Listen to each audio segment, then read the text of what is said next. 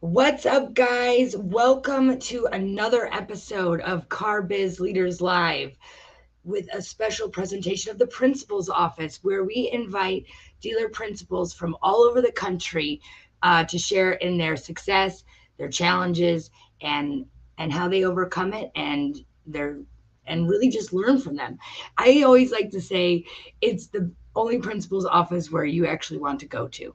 So I have a very, very special guest today. I am so honored and blessed to have this woman spend her precious time. She has over 26 dealerships now. She's grown tremendously as a human being, and her and I have become really good friends. So we'll get this party started, and then I'm going to introduce you to my dear friend, CMA Proud, Liza Borches. All right, here we go, guys. Let's get started. Yay!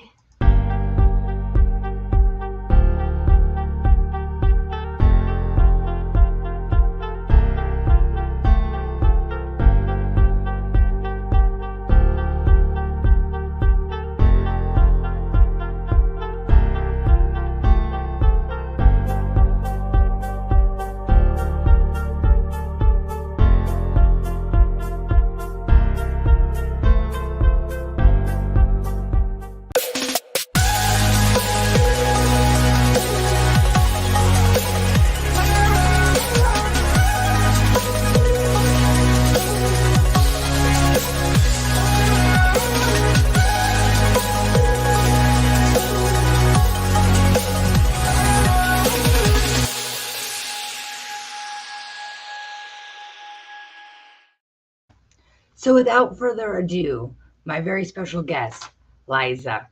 Hi, Liza. Welcome to the show. Thank you so much for taking your time today. I really appreciate it. How are you? Rachel, I would do anything for you. I have learned from you every time you have spoken at 800% Club, and you have given your time to our industry. So I am more than excited to be able to have this extra time to chat with you. Awesome. Well, for those of people out there that may not know who you are and a little bit about your story, we would love to know. Sure. You actually gave me an extra couple of dealerships when you introduced me. I'm Liza Borches, Carter Myers Automotive. We are based in Virginia. We currently have 23 dealerships, opening our 24th one in Maryland next year. And I have the honor and the privilege of being the fourth generation of my family to be able to lead this organization. As you mentioned, we have grown quite a bit over the last, let's say, 12 years or so. We've gone from 5 dealerships up to now 23, mostly through acquisition, several open points. We are in 7 markets, 23 rooftops, 18 different franchises that we represent in 2 states, Virginia and West Virginia, and then soon to be Maryland.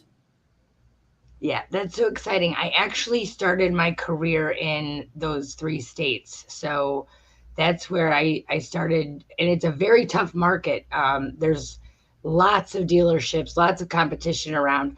I have a quick question. How many families does CMA support? We right now have about 1,200 associates in our company, and obviously helping to support those families. But I also, when you ask how many families we support, it would be way beyond our associates, right? Because in this industry, we're supporting thousands and thousands, hundreds of thousands of customers every year and their families who count on them to have safe and reliable transportation. And then we also support so many families through our community work and philanthropy across Virginia and West Virginia right now. I love that. I think that is so beautiful. In fact, that when I was thinking about our interview today, that was one of the things that really came to my heart, was just like how many people like have a great life because of the success of the business and their time and their energy, and really making it into something beautiful. So I absolutely love that. So I want to take you to some challenges. Okay. So, a lot of people out there are struggling to grow with the economy, with the the evil word recession. And I want to know what are some of the challenges that are affecting you? Do those things affect you, or do you really have just the mindset of like not letting those things affect you at all? Well, I always love my dear friend David Long and several others who say, you have to decide if you're going to participate in the recession. And we've decided that we don't participate in those things. In fact, Rachel, if you look back at our history, it's typically been when the economy has not been as strong, when there have been major headwinds in this industry, where we've taken the opportunity to grow. I see those as opportunities where there might be other dealers who are either at the end of their career and decide, you know what, I don't need to take on this new challenge that's being thrown at us, or maybe times have gotten tough and they decide that there's something else that they would rather be doing. And so we've typically acquired stores and grown during the times that were most challenging in our industry. Now, the only thing that doesn't go along with that pattern is we have had a lot of growth in the last couple of years. And obviously the last couple of years have been pretty darn positive from a profit perspective in our industry. Mhm. I always tell people, though, outside of our industry, that yes, it's been a profitable couple of years for sure. But I believe that our team worked harder than ever during these years. It may not be that we had to negotiate, as hard on vehicles with customers, but we did have to learn to adapt and change the way that we were doing business, understanding the type of associates that we were looking for the future and the different skill sets that we're going to need, whether it be from technicians and the type of product they're going to be working on, to the way that we want our sales department to be treating customers might be very different than the skill sets we looked for 10 years ago. So we typically grow during tough times. So whether it be recession, high interest rates, lack of inventory, definitely challenging when it comes to finding great associates right now. This is our time to shine. I think we do the best during times of adversity. I think that is one of your aces up your sleeve, is that you really do care about finding the right talent. I think I remember you saying at one point, you're like, well, I will work on somebody for years once I realize that they're the. So what do you look for when it comes like a culture fit or skill set? Like, what are you looking for when you're out there? And by the way, if she's knocking, Watch out, she's I'm not not going to going give to. up easy. I was joking. We were just actually bringing a new HR leader into the organization. Hopefully, as of today, that has been solidified. And I was sharing with him that a lot of the key players that are on our leadership team, our senior director of marketing, I actually first offered a job to 7 years before he came on board. My COO I've known since 1999, and it took me 10 years of talking about moving him to the retail side of the car business to get him to bring on board. My CFO I worked on for about 2 years. So you're right. I don't give up. If they're the right culture fit, and I know that they are who is best for our organization, I'd rather wait it out and not fill that role than to bring in the wrong person. So with all of that being said, what do I look for? It certainly is different skill sets based on the role that we're looking for. But there are a couple of things that no matter what role they might be joining CMA, I am always looking for people who are curious and are lifelong learners and show me a pattern of constantly looking to improve themselves, learn new skill sets, learn new approaches to problem solving. And there are great questions that you can ask during an interview and conversation to understand how curious somebody might be. A second thing that I look for is somebody with courage. And when I say courage, it's not probably what you think. It's, do they have the courage to do what's right even when nobody is looking? Integrity. Do they have the courage to be able to make mistakes and learn from them?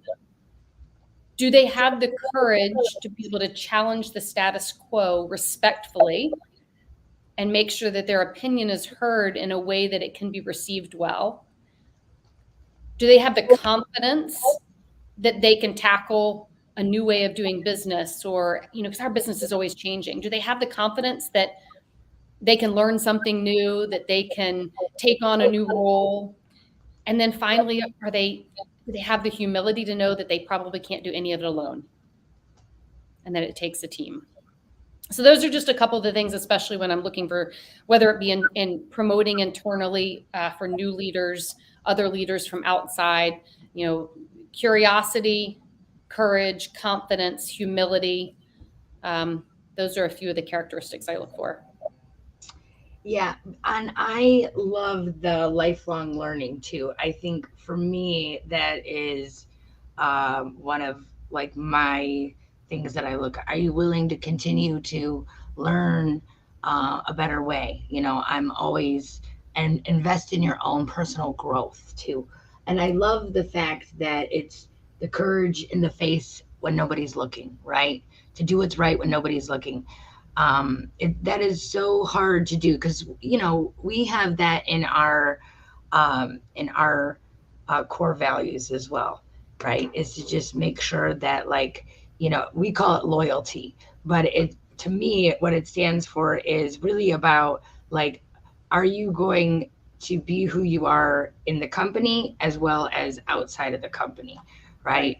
um are you going to go out and bash the company? Or are you going to be really true to what you're saying and doing? And I really believe that that is a beautiful skill that I everybody. have to apologize. I think I have a lawnmower right outside my window. I don't know if you can hear it. That's We're okay. taking care of the facility, making sure that it's very presentable for all of our customers, and it just happens to be right outside my window right now. Of course it does, because that's how it happens when we're Yes. starting to get in the good stuff. Yes. So tell me more about. So you have this. Those are the skills that you look for, but tell me more about the culture at CMA. What's that really about? I think culture is a big word that sometimes can get thrown around about lots of different aspects of a company. The culture at CMA, I think there are a few key tenets to it. Mm-hmm. The first is the ownership culture. And one of our most unique parts of our company is that every single associate at CMA is an owner, or they will be after their first year. Right. They earn stock in the company based on their time with us. Okay. And so the ownership culture isn't just about them having stock, but it's about making sure that everybody in the company is, when they put their name tag on the morning and they see that it says owners just care more, that they've got the same hat on that I do as far as being empowered and that same level of care of what it is to be an owner. Because you always wonder, why does a customer want to talk to the owner? Right. They think the owner's empowered to make good decisions for them. Right. They think an owner's going to care more about their satisfaction and their expectations are met and exceeded. They think an owner's going to be around for a long time, that owners don't turn over, right? That if they come back again, that owner's going to be with them throughout their journey, good and bad. And so we want to make sure that every single person in the company has that same ownership and that that's exhibited in our actions towards each other and towards our customers. So I think that's one really important tenet of our culture. The second thing, and you were just talking about this lifelong learning, so we have 3 critical actions that we talk about that should be happening every single day. And the first one is we ask every associate to invest in themselves, personally or professionally, at least, this is going to sound small, but at least 10 minutes a day. Yeah. Whether they are listening to a podcast on the way to work that's going to help prepare their head for the day, whether they read 10 pages of a self-development book at night before bed, whether they take their lunch break to brush up on some sort of product knowledge that maybe they recognized they didn't do as great that morning. And so we challenge them 10 minutes a day, do something to help yourself grow and improve. And we have a lending library where they can check out books. We have a whole CMA Academy of all different trainings from the last 3 years that they can go back and listen to the recordings of. So that's number one. The second thing we ask them is, as far as a critical element, is we ask them to wear their name tag. And the reason we do, it sounds like such a simple thing, right? Wear your name tag every day. But the first reason is we do have a lot of new associates always joining our company, right? Mm-hmm. And if we truly are a family and want to be welcoming them in and making them feel comfortable, there is nothing worse than being part of a company for 3 months and walking around and be like, oh, I know I've met that guy 6 times, but I have no idea what his name is. And you don't feel comfortable in a company if you don't know people's names. And so we are religious about, you got to wear your name tag for each other. Second, the obvious one is for our customers. They can't give us referral business and repeat business if they can't remember your name after working with you for 4 hours. But then the third reason is to remind them every morning when they put it on that they're an owner. So that's our critical action number 2. And then the third one is in every way that we first connect with the customer, whether it be in person, on phone, by chat, by text, that it needs to be, how can we take care of you today? And infusing that word care into our first connection with a customer in everything that we do. Care is our word for the year. It is part of our vision, is offering an uncommon level of care around taking care of transportation needs in our communities. So those are just a few things around our culture that might be a little bit unique to other people you've talked to on this podcast. Well, I think those are excellent. And I think that those things are what people are really looking for.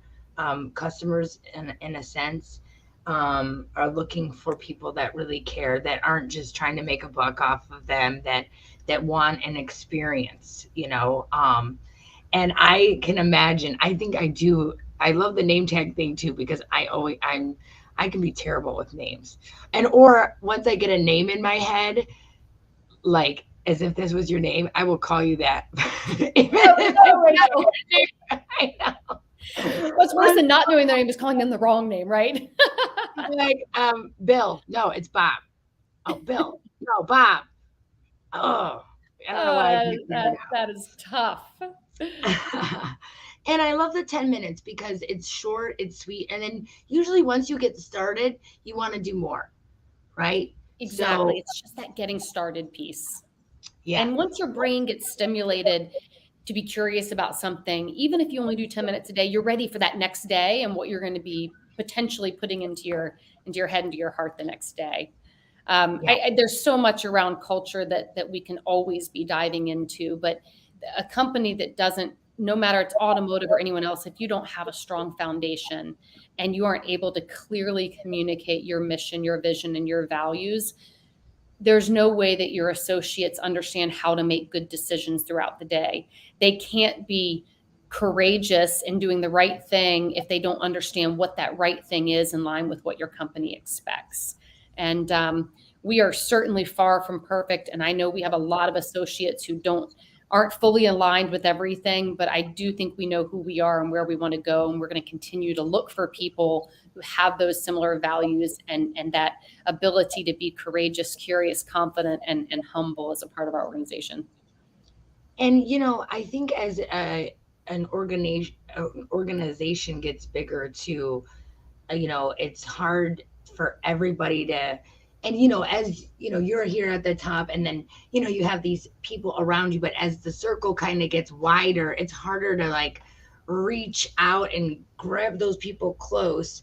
And, I think that's one of the things I always get down on myself of like, oh, I should have my company's X, we should be here, we should be there. But finding great people to have the culture, my culture vision has been just a struggle for me, and it's taken a very long time. And obviously you're letting me know sometimes it takes years, so I can totally identify with that.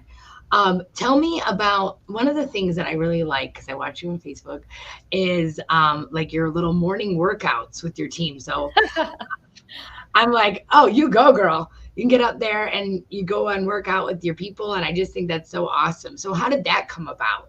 Well, I first have to give credit to Scott Simons over. Scott is our partner and general manager and executive manager over the 5 stores in Stanton. And he has done a phenomenal job over in that market, really bringing together very consistent workout groups.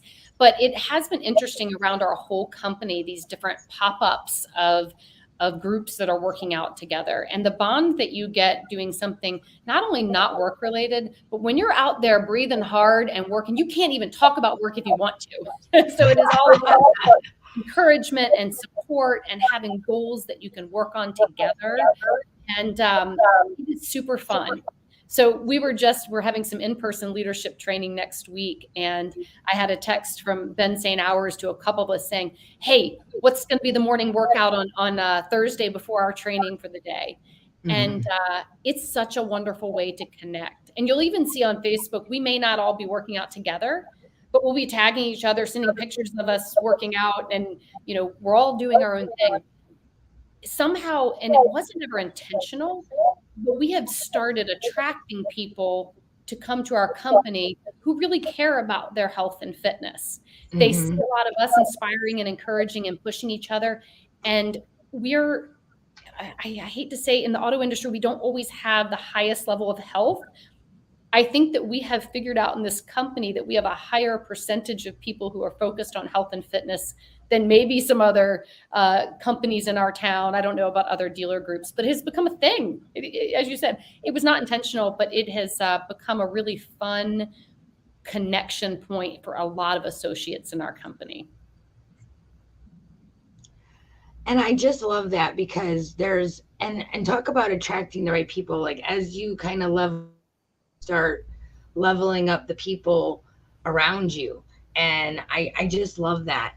I also have recently started working out and trying to take better care of myself, and it's made all the difference in the terms of how my company is happier. Because when I'm happier, lo and behold, uh, the whole company's happier. And, I really think that you have an effect on people when you're the leader of the organization. So tell me about your most recent success story. Well, that is a super broad question. I'm not going to, this is not going to be a success story, except a success story for me, maybe in my leadership skills. Is that fair?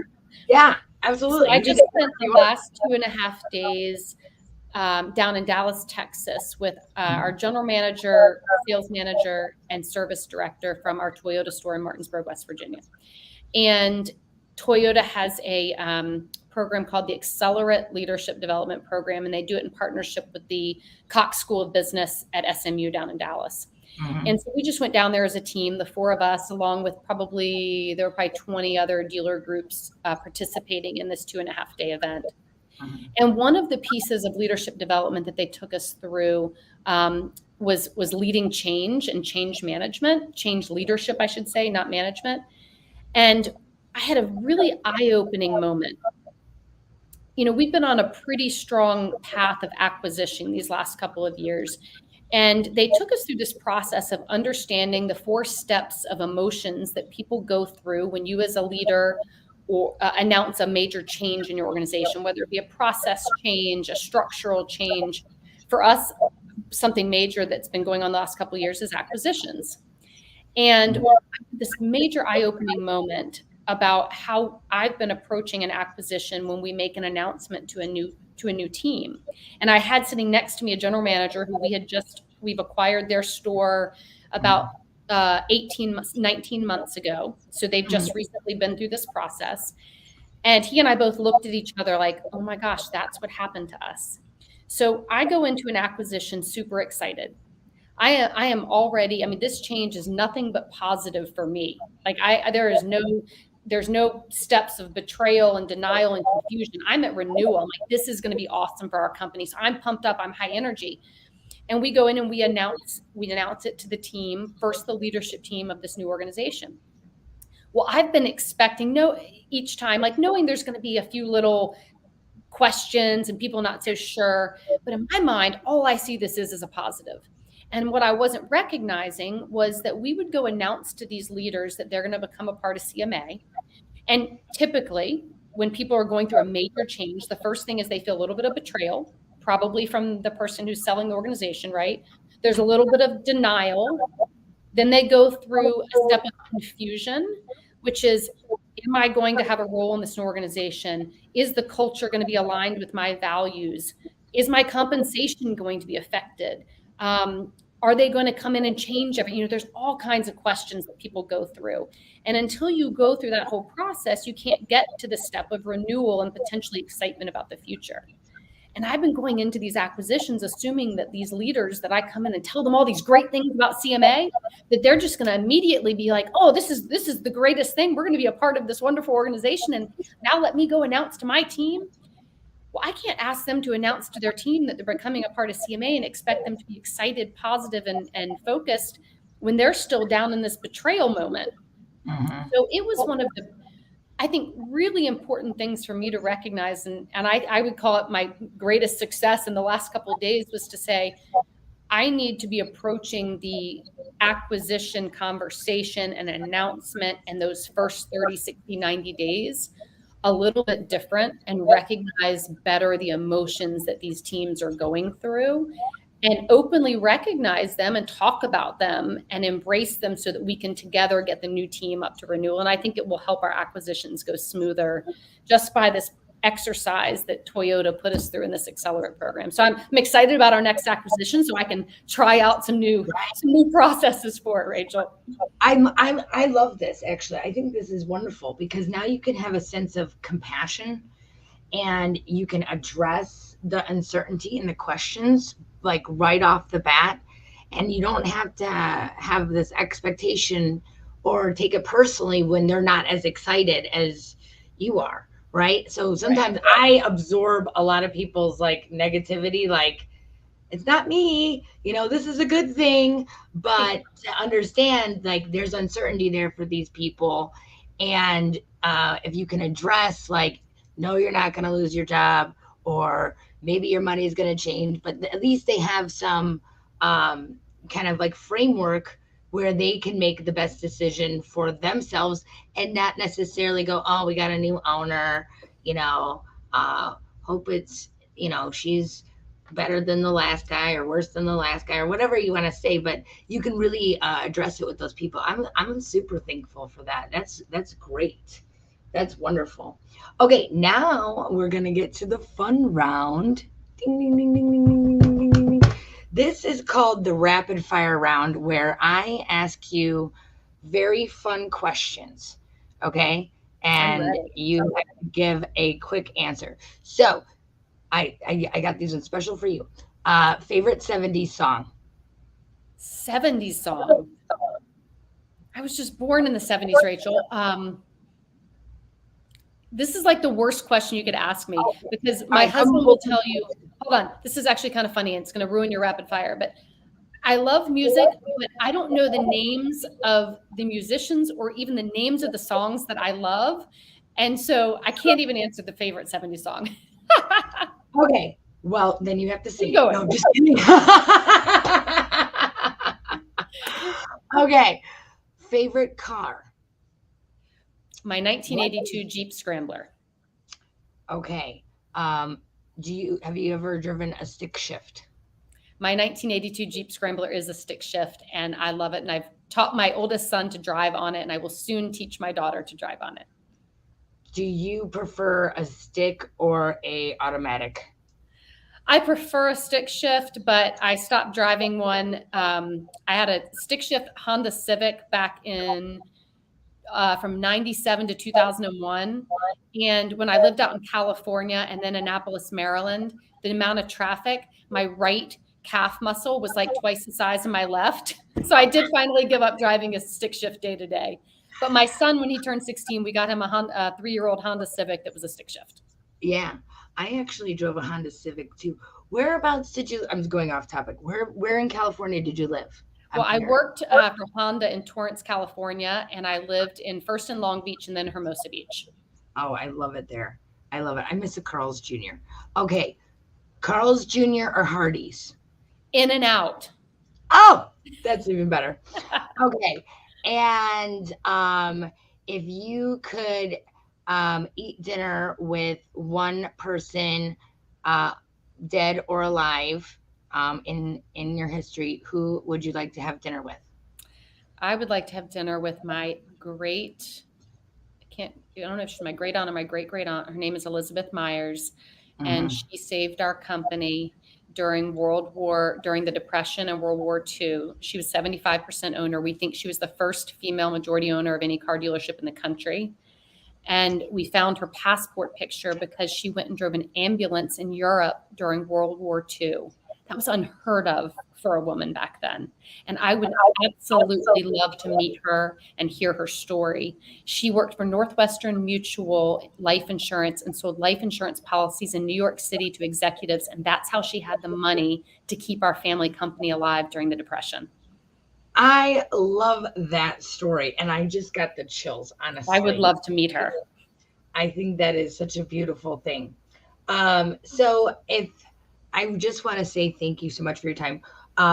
If anybody has any questions, let me see if we have any questions here. Do we have any questions that we want to ask? And maybe my questions are not answering, so I will ask a couple. TTT. I have a Rachel, anybody who's watching, if they want to reach me or ask questions, they can find me on LinkedIn or Facebook or Instagram under Liza Myers Borches. Love for them to connect with me. So I'm gonna come up with like 2 questions and then we'll wrap our show. So we're coming up on a very special we're part of a group together, and the theme of our group this coming up is innovation. So I would like to know, as innovation is like vital for business growth, how are you innovating today? That's another really huge question. And I think that when we look at the automotive industry, the level of innovation that's happening right now is potentially at an all-time high. And one of the things, this is going to be not the answer that you're expecting.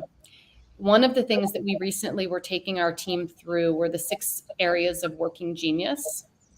And I don't know if you're familiar with Patrick Lencioni's book, The 6 Areas of Working Genius, but one of the 6 is innovation, or invention, I think is what he calls it. And our whole leadership team went through this process, and invention is not one of my working geniuses, nor do any of our general managers have that as one of their working geniuses. And what I recognized was it is a gap in our company that we tend to reach out to, whether it be third-party vendors, learning from other dealer groups, and understanding how we can take other people's best ideas and bring them to CMA. And so once I recognized that about myself, that it is not one of my areas of working genius, it's something that I am now going to be focusing on more, is how are we targeting the areas of innovation for our company and then using discernment to pull the best ideas and put them into action and implementation. So where we're looking for innovation as a company right now is certainly in the area of fixed operations. I believe that for the next, I don't even know how many years, let's say the future, we have got to continue to invest more in leadership development, in technology, and how we're adding value for our customers and our fixed operations. With the product changes that are evolving in our industry and the product getting that much harder to work on, we need to make sure that we are the trusted partner over these independents and gain that relationship back. Customers aren't leaving us for 3 years. So that area, really technology and leadership development in the area of fixed operations is a big focus of ours right now. I think that's beautiful. And I love the 6 areas of genius. I am not familiar with his book, but I am familiar with, I like to call it my zone of genius. Like I have no business entering data into anything. But I am very know those things about ourselves. Yeah, I can type. It won't be accurate, but I can do it. But that's what working in your core genius has allowed me to really be able to grow my company. And so when you said that you're looking for the gap of what you don't have, I thought, oh, she's going to find that person. Yes. Too, because that's what, you recognize where your weakness is. And I just think my COO does have that genius, but not a single general manager, myself or our CFO. But we do have one person, but we don't want everything to have to rely on him. Yeah. Well, or you also have a giant organization. So let me rephrase that. So maybe you need more of that. So maybe you're looking for them. And then still and everybody has a little bit of something, right? So it's just more of that, right? Exactly. So it's rounded out. Okay. And then thank you so much for today. You're just unbelievable, lady. Just love you. Love you so much. I just think that what you brought today to the table with courage, and just you gave so much good stuff. So I just want to recap it really quick. I love the ownership culture. I love your three critical actions of, continuous learning, wearing your name tags so everybody knows your name and you feel a part of, and how you connect with your customers. I think that's beautiful.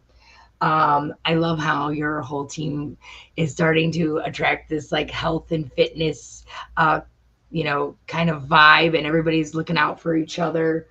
And your information around change management, which I really feel like, if anybody hasn't is not familiar with that it's kind of a game changer. It really helps people to understand like where they're at also too in the life cycle of change. Like not everybody's going to jump on board right away, but as more people jump on board, then the whole team kind of catches up. So I do love that. And then just working in your zones of genius. So do you have any final thoughts that you would like to share um, for our audience? Well, Rachel, I want to thank you for being innovative in the space that you're in our industry. I love that the new ideas and concepts that you've come up with, I don't know if I'm speaking out of turn, but the ideas around subscription and the fact that you're trying to push the envelope to be a better partner with many of the retailers and dealers out there, we're grateful for it. I think one of the things that we've been talking about a lot the last couple of weeks in several different areas is the difference in vendors and partners. And at CMA, having partners to our business is something that we look for. Depth of relationship, long-term relationships, win-wins. And we have a lot of wonderful partners, and we appreciate you in this industry as well. Thank you so much. And, I have innovated for that too. So I'm excited to roll that out to the team. And, I think it's just important every single day that we continue to push ourselves outside of our comfort zones. This, for me, is outside of my comfort zone. And when I'm ever working outside of my comfort zone, then I know I'm growing. And I'm so glad to be growing with you.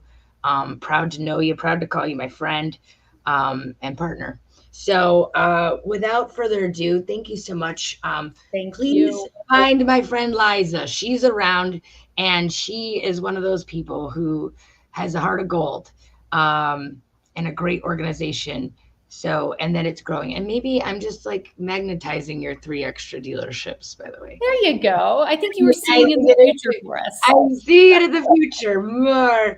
And if there's anything that you guys need, please let me know. And I appreciate your time. Next week, we are going to have Kevin Stroh-Snyder. I have to be very careful how I pronounce Stroh-Snyder on the show. He's coming on Monday at 2:00. So hopefully you can catch. And we're going to have a great time there. And he's actually one of my subscription customers. So we're going to kind of dive into that a little bit too. Tell Kevin I said hi. He's our next door neighbor down in our Richmond stores. Yeah. And a wonderful friend and competitor. Right. And, they said something about competitors. Like if you got to figure out a way to either they make you better or you can collaborate with them. Yeah. Because sometimes the way that the market, I think, is happening is like, if you don't have what they want, well, maybe a friend does, and I believe in everything coming back to you. Goodwill comes back. So thank you so much for your time, Liza. You are. Thanks, Rachel. Thanks, guys, for watching. We really appreciate you. Find us again on CarBiz Leaders Live. You are amazing.